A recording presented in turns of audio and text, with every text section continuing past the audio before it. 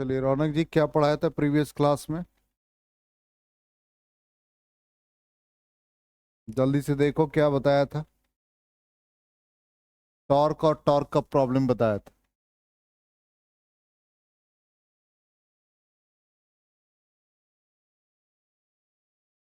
चलो next topic है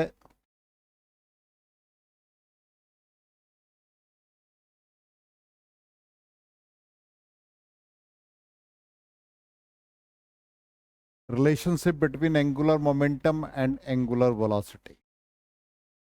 इसमें एक रिजिड बॉडी को कंसिडर कर लिया, इसके पार्टिकल्स को यहां पर m1 m2 up to mn से रिप्रेजेंट किया। ये इसका एक्सिस ऑफ रोटेशन है। एक्सिस ऑफ रोटेशन से फर्स्ट पार्टिकल का पोजीशन r1, उस पार्टिकल का velocity tangential v1, second particle mass m2 velocity v2, ऐसे ही n पार्टिकल। तो यहां पर हम लोगों को एंगुलर मोमेंटम और एंगुलर वेलोसिटी में रिलेशनशिप फाइंड करना है। तो ये रिलेशन क्या है, क्यों हम लोग ये रिलेशन फाइंड करते हैं? यदि हम दो पार्ट में इसको ऐसे रिप्रेजेंट करें कि सिंपली हम लोग लीनियर मोशन में क्या क्या क्वांटिटी लिखते थे, कौन कौन से फिजिकल क्वांटिटीज को रिप्रेजेंट किया था, और फिर हम लोग रोटेशनल मोशन में किस क्वांटिटीज को रिप्रेजेंट कर रहे हैं। लीनियर मोशन में सिंपली हम लोग वेलोसिटी को rate of change of displacement लिखते थे। तो यहां पर लीनियर वेलोसिटी की जगह पर एंगुलर वेलोसिटी हो जाएगा rate of change of angular displacement. Linear acceleration को rate of change of velocity लिख देंगे। तो यहां लीनियर एक्सेलरेशन की जगह पर रोटेशनल में एंगुलर एक्सेलरेशन हो जाएगा rate of change of angular velocity. इन दोनों में v और ओमेगा में जो रिलेशन है वो हम लोगों ने पढ़ रखा है। सर्कुलर में v is equal to R omega. फिर इन दोनों में जो रिलेशन है वो हम लोगों ने पढ़ रखा a is equal to R alpha. बिल्कुल सिमिलर है। इसी तरह से इस यहां इक्वेशन हम लोग लिखते थे v is equal to U plus A T. v क्या था? Final velocity, u initial velocity, a acceleration, t time. तो यहां पर ये angular velocity omega f omega naught plus alpha T हो जाए। इसी तरह से s is equal to U T plus half A T square. तो इसको हम लोग लिख सकते हैं लीनियर डिस्प्लेसमेंट को एंगुलर डिस्प्लेसमेंट थीटा से रिप्रेजेंट करें। इनिशियल वेलोसिटी की जगह पर initial angular velocity, half linear acceleration की जगह पर एंगुलर एक्सेलरेशन अल्फा, और time period T. V square is equal to U square plus 2as। यहां भी वैसे ही omega F square is equal to omega naught square plus 2 alpha theta हो जाएगा। लीनियर डिस्प्लेसमेंट की जगह पर एंगुलर डिस्प्लेसमेंट। अब फोर्स जैसे हम लोग लिखते थे rate of change of momentum, तो यहां फोर्स की जगह पर क्या आ जाएगा? Torque rate of change of angular momentum. यहां लीनियर मोमेंटम था P is equal to M into V, तो यहां एंगुलर मोमेंटम L हो जाएगा। इस मास को रिप्लेस करेगा moment of inertia, linear velocity को एंगुलर वेलोसिटी। और यही देखो यहां पर रिलेशन आ गया एंगुलर मोमेंटम और एंगुलर वेलोसिटी के बीच रिलेशन। और ये हम लोग फाइंड करेंगे L is equal to I omega.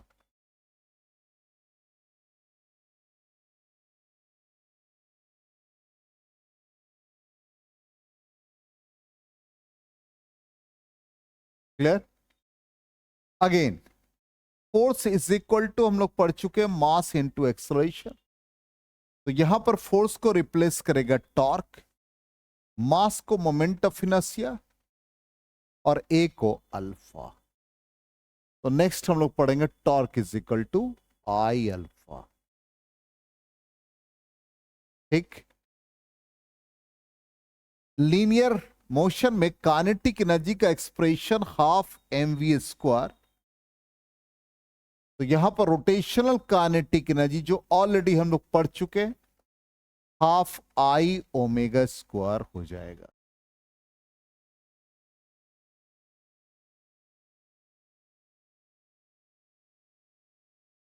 ठीक। इसी तरह से नेक्स्ट क्वांटिटी यहां पर दोनों साइड, बहुत सारे क्वांटिटी को आप कोरिलेट कर सकते हो लीनियर मोशन, रोटेशन मोशन में। जैसे हम लोगों ने काइनेटिक एनर्जी को लिखा है मोमेंटम के फॉर्म में p²/2m, तो यहां रोटेशनल काइनेटिक एनर्जी हो जाएगा। लीनियर मोमेंटम को रिप्लेस करेगा एंगुलर मोमेंटम और मास को रिप्लेस करेगा मोमेंट ऑफ इनर्शिया।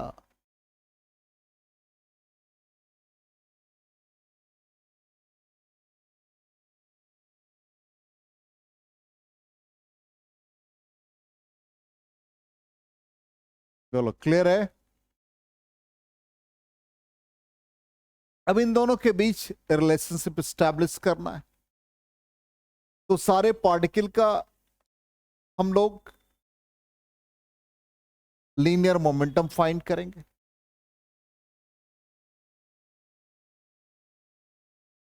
और एंगुलर मोमेंटम को और लीनियर मोमेंटम, इन दोनों के बीच रिलेशन क्या पढ़ाया था, याद होगा? Angular momentum is equal to R into P, linear momentum और परपेंडिकुलर डिस्टेंस। टॉर्क फोर्स में क्या रिलेशन पढ़ाया था? Torque is equal to R into F, force into perpendicular distance. Clear? ये देखो बहुत इंपॉर्टेंट रिलेशन है, पूरा इस चीज को याद रखोगे तो प्रॉब्लम बनाने में आसानी होगी। अब हम लोग ये रिलेशनशिप फाइंड करेंगे, L is equal to R omega. तो सारे पार्टिकल का हम लोग एंगुलर मोमेंटम फाइंड करें। तो L is equal to first particle का L1, सेकेंड पार्टिकल का angular momentum, third particle for n particle. इसको हम लोग लिखते हैं linear momentum into perpendicular distance. इसको भी इसी फॉर्म में लिख देते हैं। इसी तरह से for n particle Pn into Rn। Linear momentum को मास इनटू वेलोसिटी लिख देंगे। इसी तरह से सेकेंड पार्टिकल का m2v2 into R2, mn vn into Rn। v is equal to r omega, तो r1 ओमेगा, ये r1। v2 is equal to r2 omega, ये r2, up to mn, vn की जगह पर rn ओमेगा इनटू Rn। अब यहां से ये बन गया m1 r1 square omega square, sorry omega only, not omega square. तो ये आ गया m1 r1 square omega, m2 r2 square omega. और सारे क्वांटिटी का एंगुलर स्पीड सेम है, एंगुलर स्पीड चेंज नहीं करेगा, ये कंडीशन है। ये आ गया mn rn square omega, m1 r1 square plus m2 r2 square up to mn rn square common ले लिया, मतलब ओमेगा को कॉमन लिया। इसको हम लोग क्या लिख सकते हैं, summation mi ri square into omega. ये किसको रिप्रेजेंट करता है, मोमेंट ऑफ इनर्शिया को। तो L इज इक्वल टू क्या आ गया, आई ओमेगा।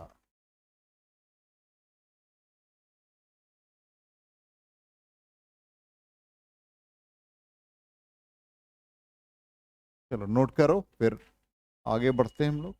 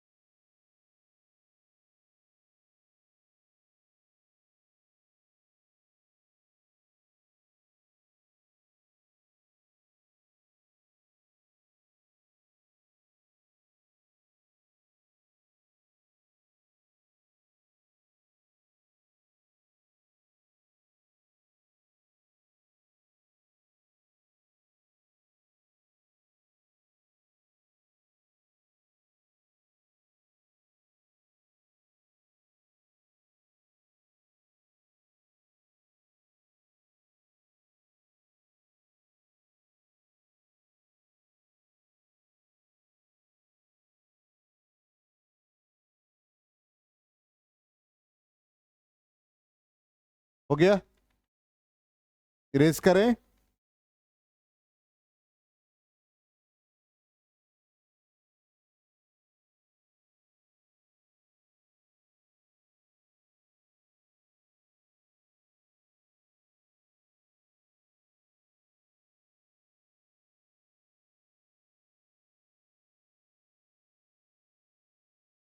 चलो नेक्स्ट, पहले इसको हम लोग कंफर्म हो जाए।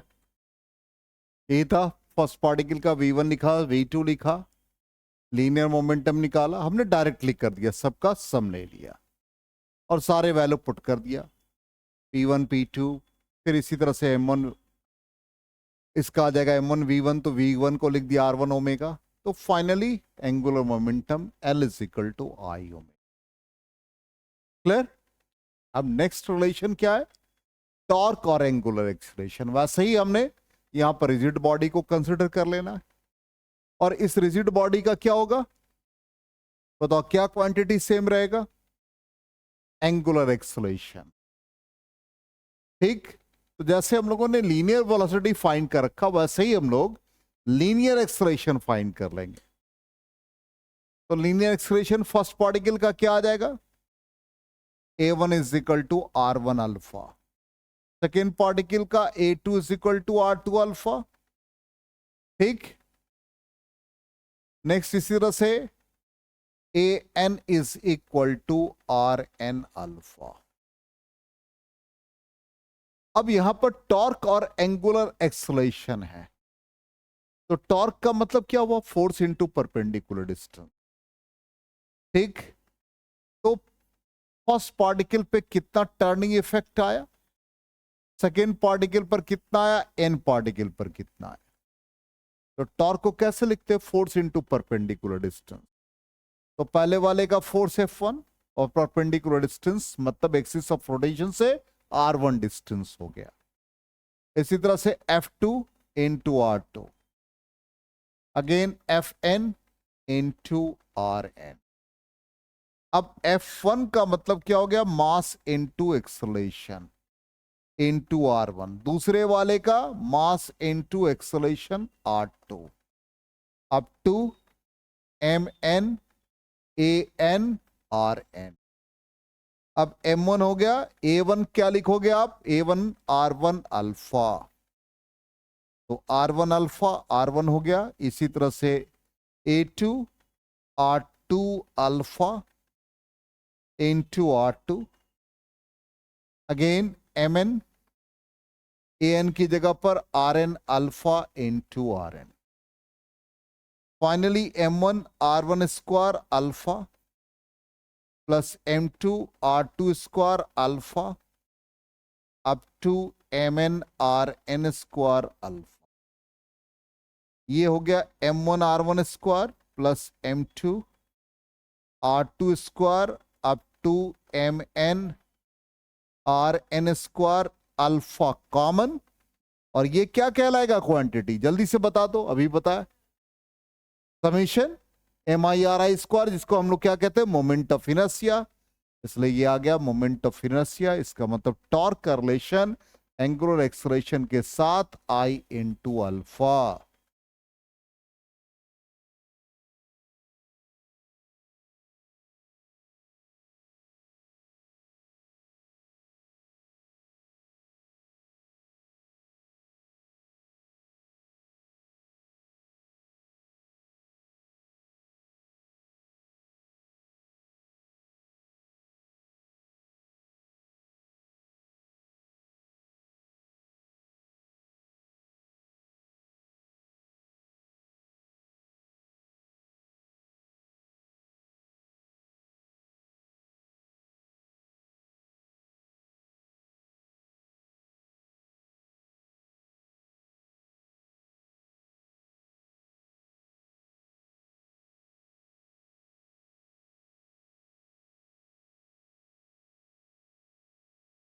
हो गया?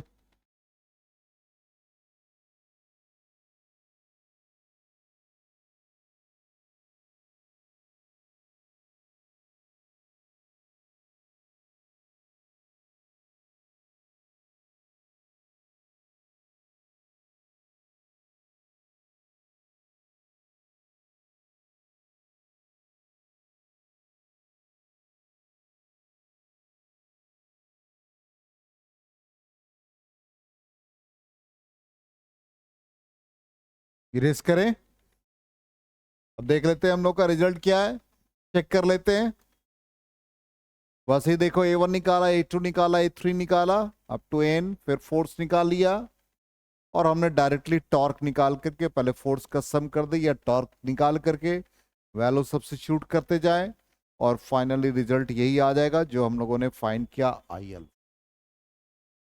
क्लियर?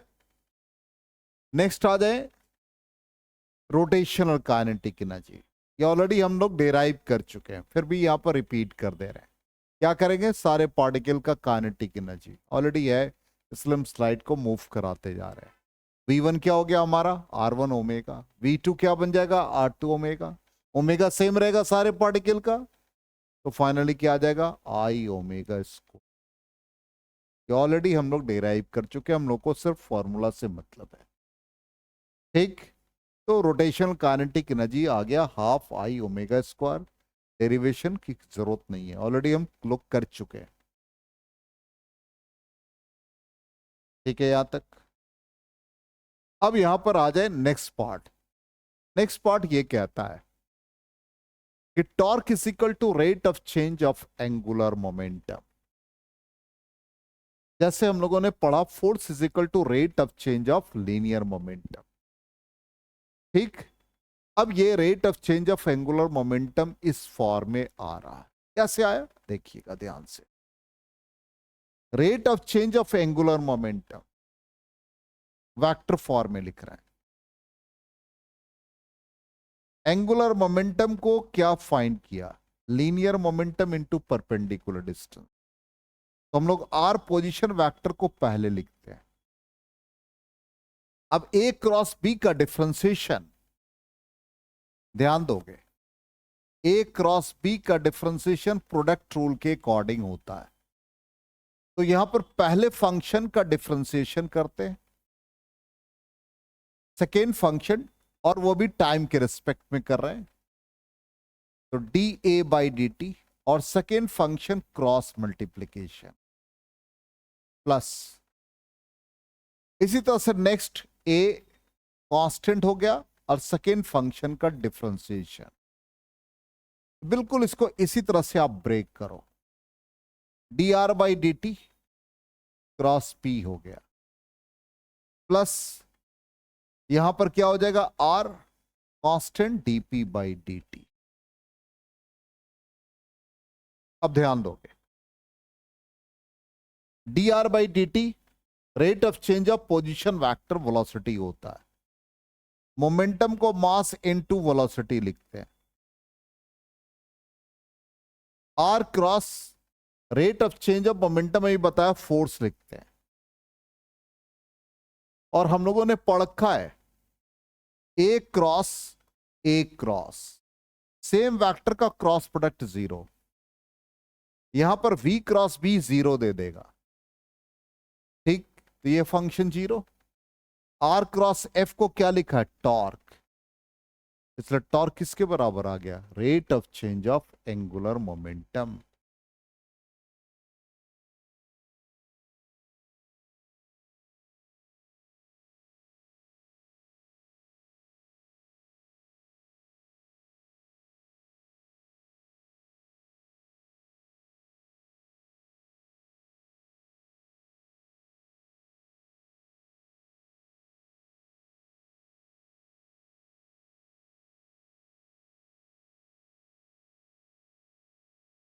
हो गया?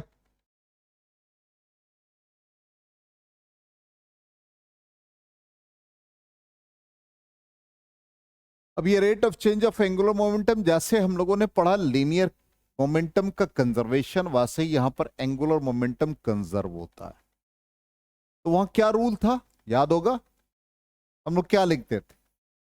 बिल्कुल कोरिलेट करो ना, एकदम इजी हो जाएगा। Rate of change of momentum, तो कहते हैं if there is no external force acting on a body then its momentum remains constant. यही पढ़ा था। इट मीन्स यहां भी वैसे ही हो जाएगा। क्या है quantity? Torque is equal to rate of change of angular momentum. It means if there is no torque acting on a body then its angular momentum remains constant. यदि टॉर्क को हम जीरो कर दें तो dl/dt जीरो, किसी constant quantity का ही ना differentiation zero होता है, इसलिए L क्या हो जाएगा? कांस्टेंट हो जाएगा। अब L कांस्टेंट होगा, इसका मतलब L को हम लोग क्या लिखते हैं? I omega. इसलिए हम लोगों को I omega remains constant.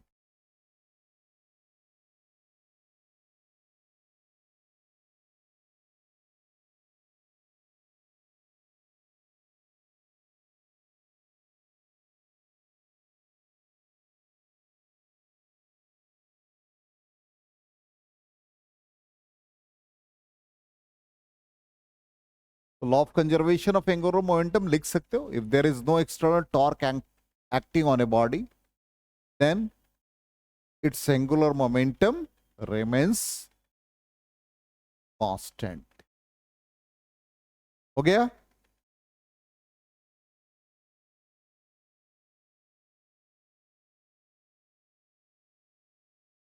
Erase करें?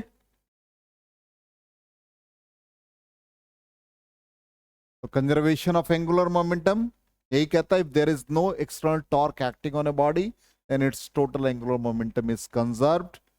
तो यहां पर that is dl/dt is equal to zero, L is equal to constant, तो I omega is equal to constant means I1 omega 1 is equal to I2 omega 2। आ गया समझ में? Clear? वही चीज है। चलिए नेक्स्ट आ जाए, combined translatory and rotatory motion. ये ऑलरेडी हमने ऐसे प्रीवियस स्लाइड में पढ़ाया था, फिर भी यहां पर रिकॉल करा दे। सिंपली कहता है कि in case of a body rotating about a fixed axis, जिसको हम लोग स्पिनिंग कहते हैं, तो कहता है the axis of rotation also moves, then the motion is said to be, axis of rotation भी मूव कर रहा है, तो उस मोशन को कंबाइंड ट्रांसलेटरी और रोटेटरी मोशन।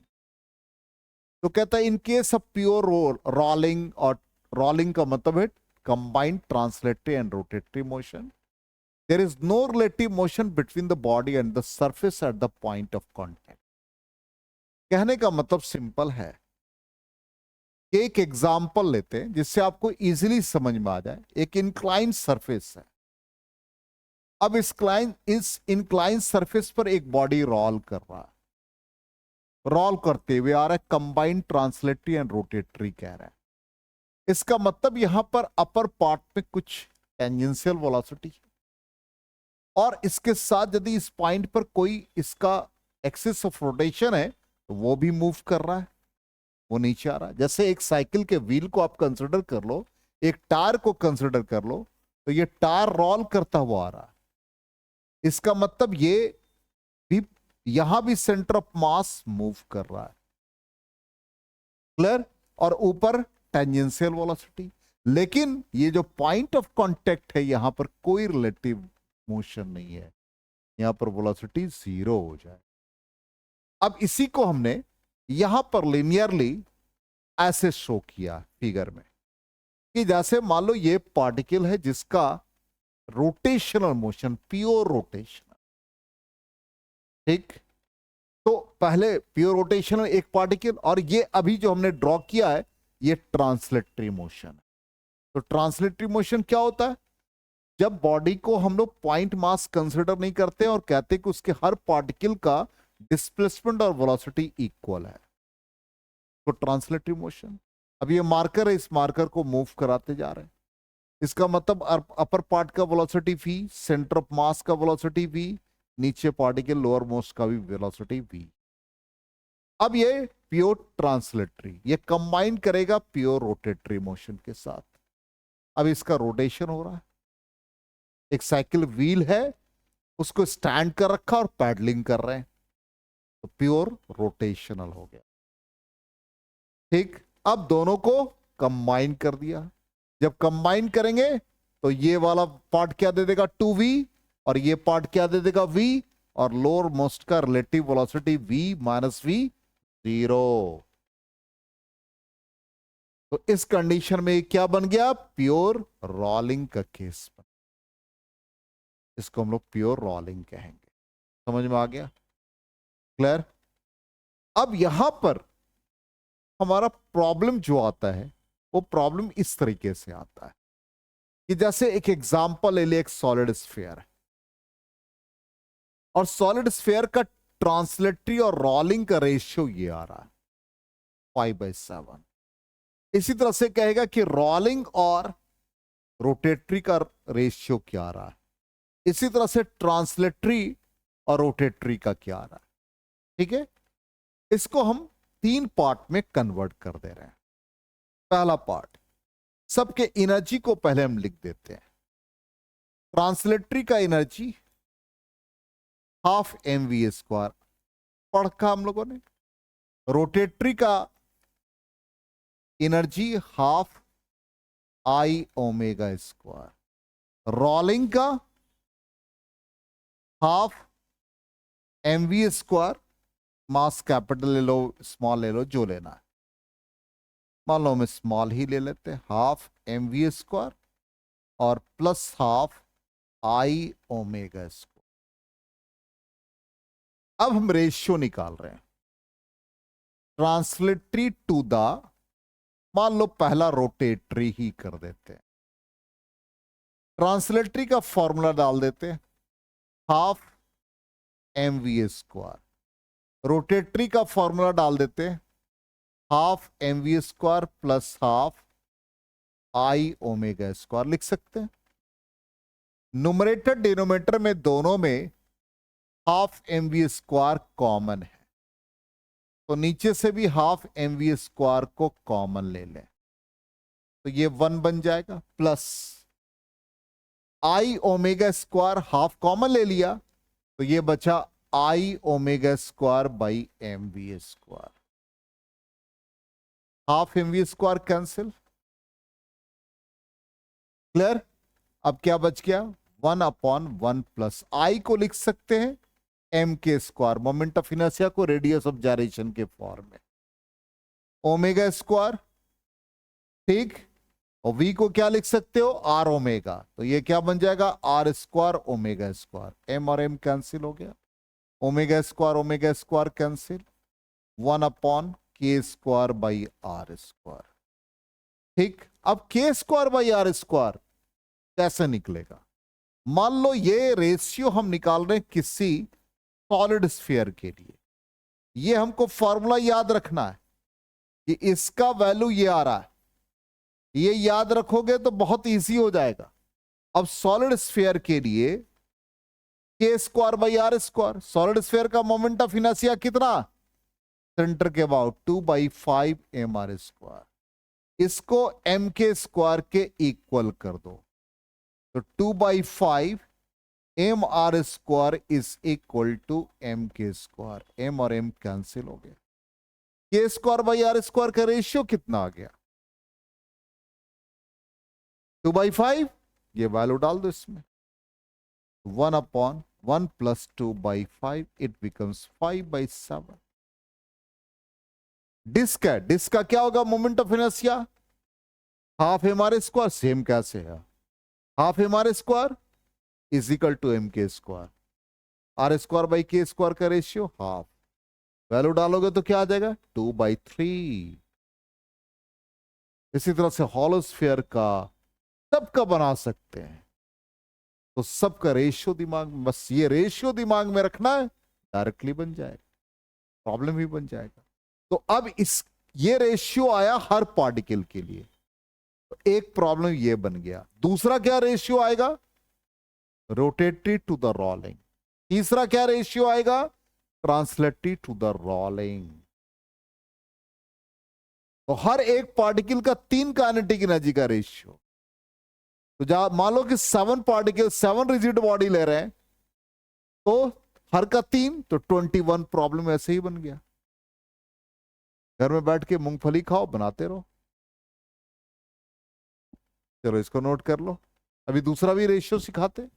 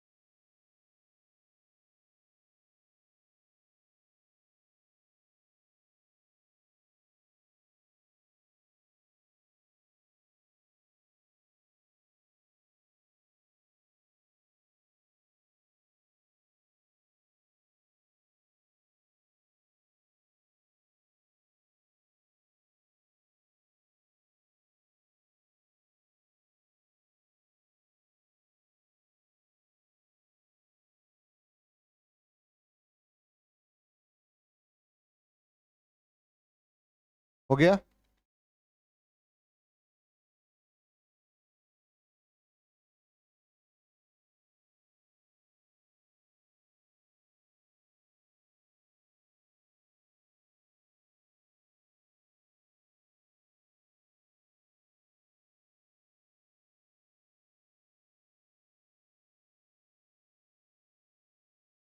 अब देखो यहां पर नेक्स्ट पार्ट नोट कर लिया। हाँ, नेक्स्ट पार्ट देखो ध्यान से। अब ये रेशियो हम लोग यहां भी यूज करेंगे दूसरे पार्ट के लिए। तो दूसरा पार्ट हमारा क्या, देखो, rotated to the rolling, to the rolling. Rotatory क्या है, half I omega square, rolling half M V square plus half I omega square, half I omega square. यहां से ये हाफ आई ओमेगा स्क्वायर को common ले लो, तो ये बन गया 1 plus M V square by I omega square. ये बनेगा, चेक करो,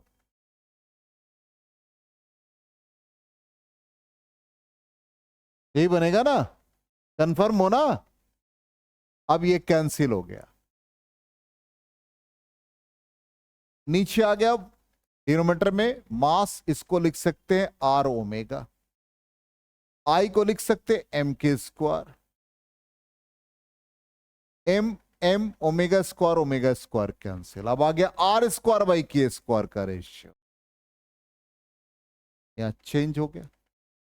अब R square by K square का रेशियो बताओ कितना आ गया, 5/2। तो यहां डाल दिया 5/2, क्या बन गया ये 2/7 फॉर सॉलिड स्फीयर।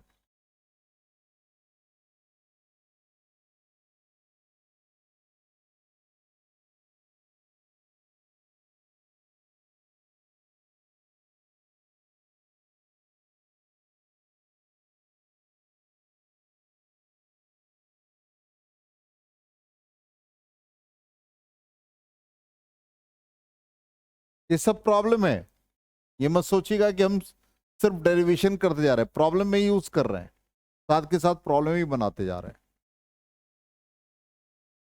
अब क्या बच गया, ट्रांसलेटेड टू द रोलिंग। हो गया, इरेज करें इसको।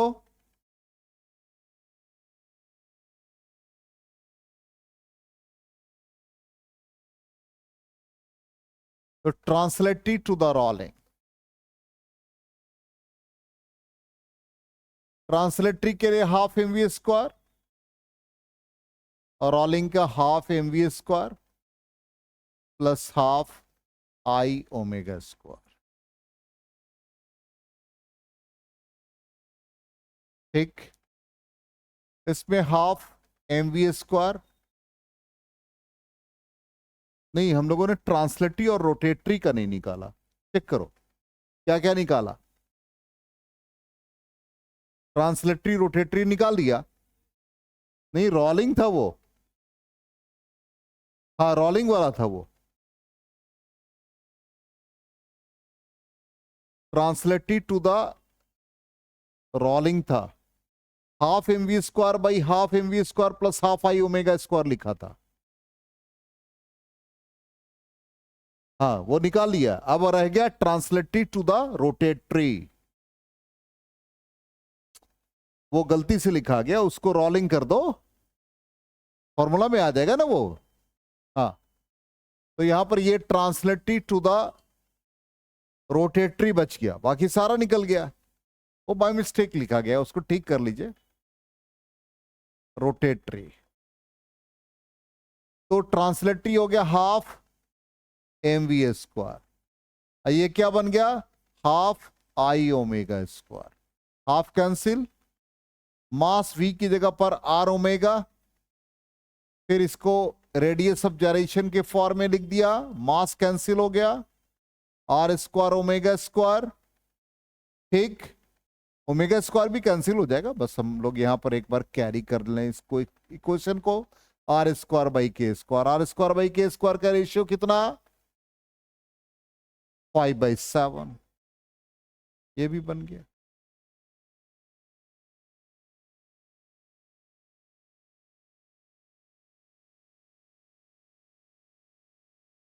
तीनों काइनेटिक एनर्जी का रेशियो आ गया। तो एक बॉडी का 3 प्रॉब्लम, तो 7 रिजिड बॉडी के कितने आ गए, 21, वही तो कहा।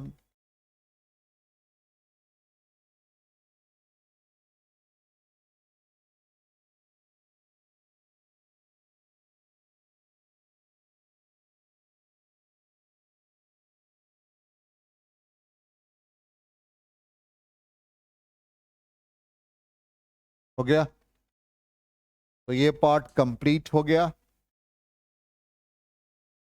देख लीजिए यही था 5/7। ठीक है, ट्रांसलेटेड टू द रोलिंग। ये वाला नेक्स्ट क्लास में कल में बताएंगे, इसमें भी वैसे ही सबका रेशियो निकालना है। इसमें वेलोसिटी, एक्सलेरेशन, ये सारा फाइंड करेंगे कल के क्लास में, मतलब मंडे की क्लास में। इसमें भी वैसे ही एक्सलेरेशन का फॉर्मूला निकलेगा, वेलोसिटी का, टाइम पीरियड का, सबका रिजल्ट आएगा। तो नेक्स्ट क्लास में हम लोग आगे बढ़ते हैं। एक हमको लगता है 1.5 क्लास कंप्लीट हो जाएगा।